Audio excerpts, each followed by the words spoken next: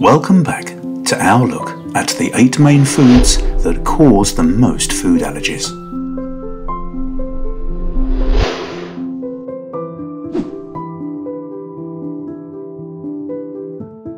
A wheat allergy is most often reported in young children and may affect up to 1% of children. However, one study found that 2/3 of children with a wheat allergy outgrow it by the age of 12. But some individuals will remain allergic to wheat throughout their lives. When a person with a wheat allergy is exposed to wheat, proteins in the wheat bind to specific IgE antibodies made by the person's immune system. This binding triggers the person's immune defences, leading to reaction symptoms that can be mild or very severe.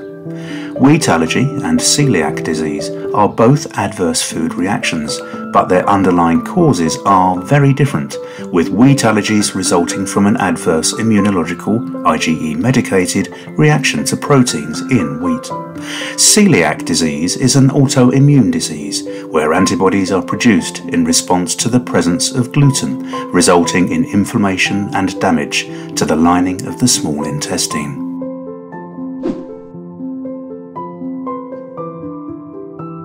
Tree nut allergies are among the most common food allergies in both children and adults.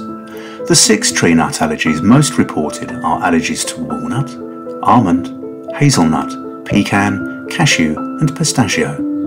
Approximately 50% of children that are allergic to one tree nut are allergic to another tree nut, and approximately 2/3 of patients reactive to cashew or walnut will react to pistachio or pecan respectively. Most children who are allergic to one or more tree nuts will not outgrow this tree nut allergy. Once again, it is the IgE antibodies made by the person's immune system that is the cause of this allergen.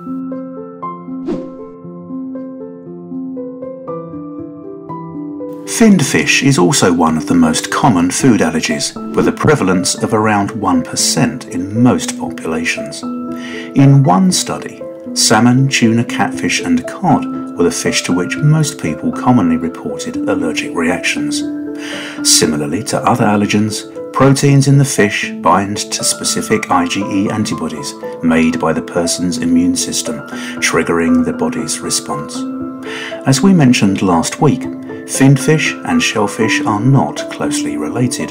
Being allergic to one does not always mean you must avoid both, though care is needed to prevent cross-contamination between fish and shellfish.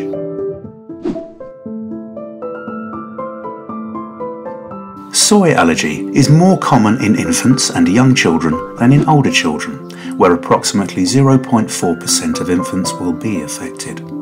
Most children eventually outgrow their allergy to soy, although some individuals remain allergic to soy throughout their lives. The same issue with IgE antibodies we have mentioned before is to blame for this. Soybeans are a member of the legume family, where, as we mentioned previously, beans, peas, lentils and peanuts are also legumes. While it is rare for peanut allergic patients to react to soy, the reverse is not true. One study found that up to 88% of soy allergic patients had peanut allergy or were significantly sensitized to peanut. Individuals with soy allergy were more likely to be allergic or sensitized to major allergens including peanuts, tree nuts, egg, milk and sesame than to non-peanut legumes such as beans, peas and lentils.